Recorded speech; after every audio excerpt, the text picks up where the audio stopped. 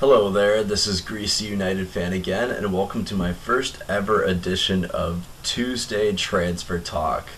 Now, I have been on a bender for the last 5 days, that's why I haven't uploaded a video. It's summertime, I'm not even sure what day it is, but I can guarantee you that no other channel, football or any other sport, is doing their Tuesday Transfer Talk special this early. So that is a special brought to you by yours truly, the one and only Greasy United fan.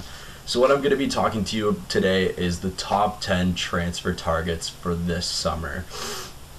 It's just for this summer. I've rated them most likely on coming and positions we need filling the most. So they're not in order of best player to worst.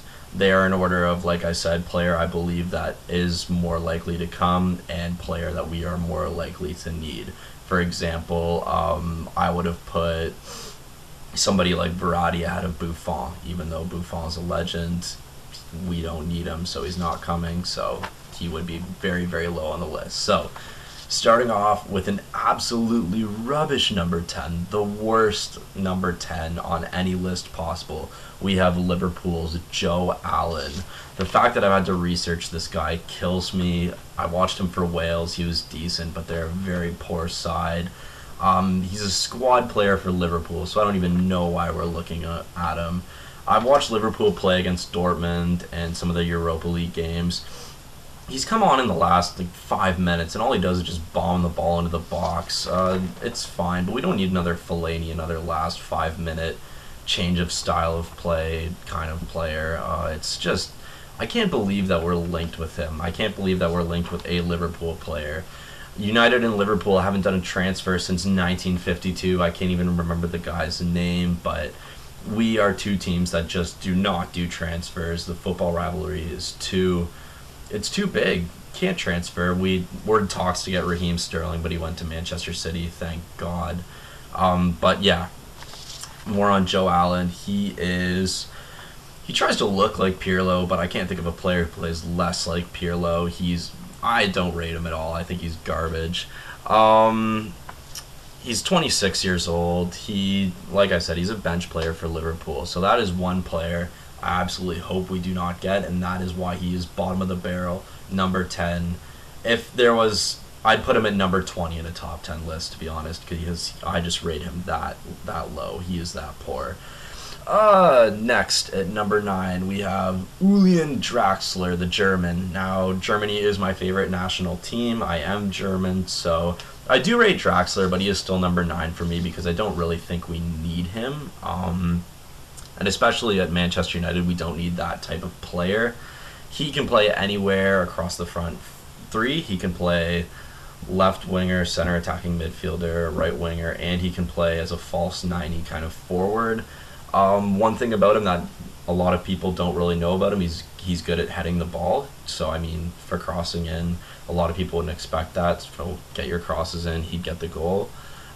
He's a very creative player. He's a good technical player, as most Germans are. But the one thing, he's not very fast.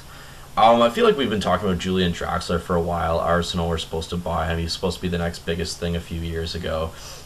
And his career's just kind of, it hasn't petered out, but he's just kind of been at Wolfsburg. I have his stats from last season here. 34 games, 7 goals, 6 assists. So not really the greatest return. He contributes 1 every 2.5-ish games with something, so it's not bad. He's still only 22, so he's still very young, but he's still not the most ideal player. I think we can do better. I think we are being linked with him more because he is that name. He's someone the fans know, but Arsenal can have him. He's a fine player, but he's not one that we need, and I don't believe that with our style of play, he's one that we need in that way either. Let's see here. Next, number 8, we have Nemanja Matic from Chelsea. I'm going to say right away, obviously Jose Mourinho has managed Chelsea. I do not want any Chelsea players at Manchester United. Eden Hazard, no. None of them. None of them at all, especially not John Terry. None of those players. I don't want us to be another Chelsea. I don't want us buying their players because of the Mourinho link. And Matic is an interesting one too. He's 27. I believe we already have a Matic. We have Schneiderlin, and Schneiderlin hasn't been given a fair chance at Manchester United under a manager that knows what he's doing. So I don't think we need Matic. I don't know why we're linked with him. I think it's just paper talk at this point. He's a tough tackler. He's a big guy. Can win the ball in the air. He's very physical. He's good in the Premier League, and we know in that title-winning season how good of a player he was. He was vital to that win. But the next season after, he totally collapsed. So he's had one good season and one bad season in the Premier League. So for me, I don't think we need him. So far, these last three players, I don't think we've needed. 0% interested in him, really. So moving on to number 7. Another player that I have some interest in, but it's more paper talk at this point too, is Andre Gomez. The link with Jorge Mendes, the super agent.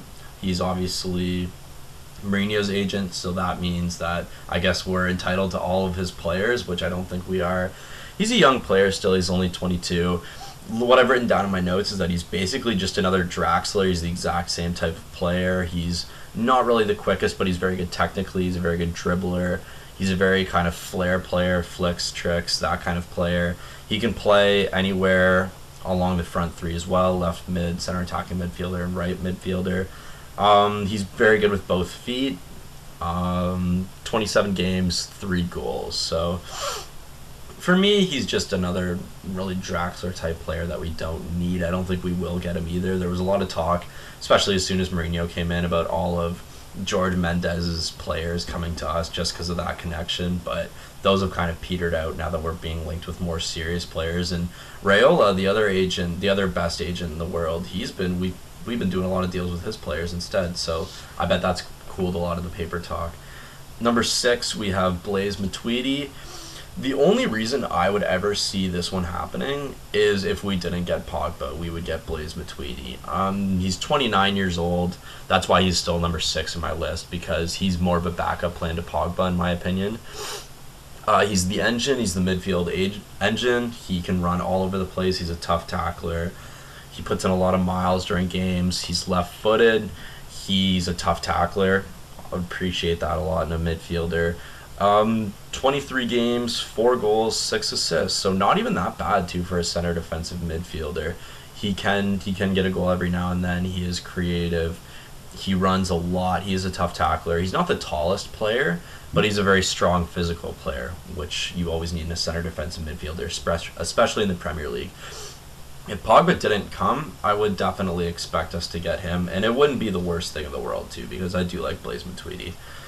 At number 5, we have another league player. We have Fabinho. He's Brazilian, 22, Monaco's right back. He can play center defensive midfielder as well, so there is that. He draws a lot of fouls. 34 games, 6 goals, 4 assists, so not bad at all for a right back. He's a very tall right back. He's a very fast right back. He's Brazilian, so he does like to dribble. He does like to get up the field. Like I said before, draws a lot of fouls, so that's good, especially with some more creative set piece takers in our side. We could use a lot more fouls in the offensive end. So that's good. I think Fabinho is a good right back. I think we do need another right back. I would like to see Fosu Mensah come through, but I rate him more as a center defensive midfielder than as a right back.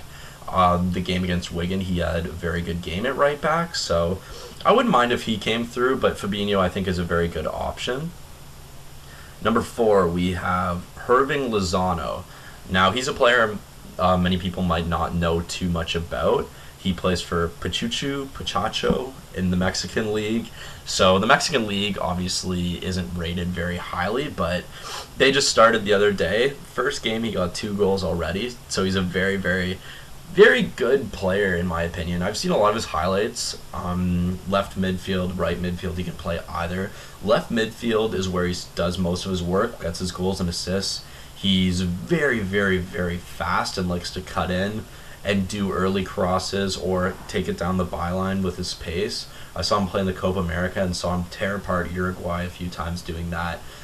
He is right-footed, so he does like to cut in and have a shot or two. But on the right midfield, I find that his cutting in isn't the best. Right midfielder, he's more of kind of an Antonio Valencia. He's better than him. He's faster than him, I believe, too. but he's more of a just take it to the byline and kind of cross it in. He's less creative on the right midfield. Not that I wouldn't mind seeing him there, because I think he is better than Jesse Lingard, but I only think that we'll get Hirving Lozano if we sell one of our wide players. And we have so many of them. We have Ashley Young, Antonio Valencia, Jesse Lingard, Adnan Januzaj. Like, we have a lot of wide players. So if we sell any of those, I would get Hirving Lozano in, kind of blood him into the team a bit, make him a squad player. There's a lot of people in Mexico that like Manchester United, so you bring that fan base with you. He's a very exciting player. He's a good young player, and I would like to see him at Manchester United. Getting down to the top 3 here. Number 3, we have James Rodriguez. Now, I only think he'll come if my next player doesn't come. I think James Rodriguez is a good marquee signing. He's not very happy at Real Madrid. I believe he will go, definitely. He's said that he wants to go. He hasn't really embraced life there as one of their superstars. Apparently, he's partied too much. His attitude isn't the best. But still, in all that, he's got 17 games in La Liga, 7 goals and 8 assists. So he's basically contributed one goal every single game that he's played, which is incredible for a player that isn't rated highly there. He's left-footed, can play anywhere along that front 3, left midfielder, center attacking midfielder, right midfielder. His best position is at number 10, but I believe he could even play as one of our 2 holding midfielders under Mourinho if he comes. He's left-footed, obviously. I think he's an upgrade on Mata, definitely. He's basically the same player as Mata, only better. He is slightly faster. He is slightly more physical. He does draw a lot of fouls still, which is good because he is good at direct free kicks, both shooting and putting the ball in. He's a very creative player, obviously. Good at long shots. He's very good at scoring spectacular goals, too. So if you're looking to get run out a 1-0 win, out of a goal out of nothing, Rodriguez could definitely do that for you. He is a marquee signing. He is a very, very good player. He's also been around at Monaco before, obviously. He's made it onto the footballing scene at a very, very young age. Number 2, we have Paul Pogba. Unbelievable player. I could not tell you what I'd do if we signed this player. This is the world's next best center midfielder. He does it all. He tackles, he's attacking, he's box to box. Once he gets going with the ball, his long strides, you have to grab him to take him down. You have to take a yellow card in order to stop him. He's crazy. He's still only 23, 33 games for Juventus last season, 8 goals, 12 assists. So good at dribbling, long shots, heading, physical. He's got it all. He's the complete package. Obviously, he's been at our club before. I think we will break the world record to get him back. Juventus have said that they haven't dealt with us yet. They haven't accepted a bid from us. We haven't bid for him or anything like that, which I think is just transfer BS. I think everybody knows that we've put that bid in there and that he is going to come. He's in the States right now. Reportedly, he's going to join us on our China tour. He's flying back to Turin and Juventus right now, apparently according to today's paper, in order to tell Juventus to sell him. So there is that too. I think he definitely will come. And if he doesn't, I believe that I think if you don't get Pogba, you still get Matuidi and Rodriguez, who is not a bad plan B at all. I'm still very excited about signing those players, but Pogba for me is the complete package, and I think he can definitely do it in the Premier League.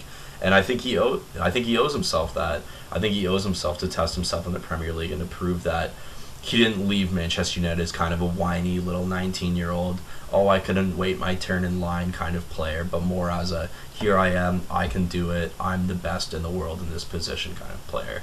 So I definitely I would celebrate so hard if we got Pogba. I would be so excited.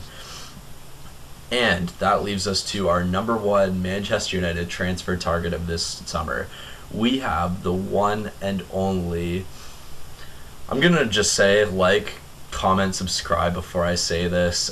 Comment below. I will always answer your comments. Talk to me about some players or some players that I talked about or some players that I didn't talk about. Let me know what's going on in the footballing world. But our number 1 transfer target for this summer is the one and only Wesley Sneijder.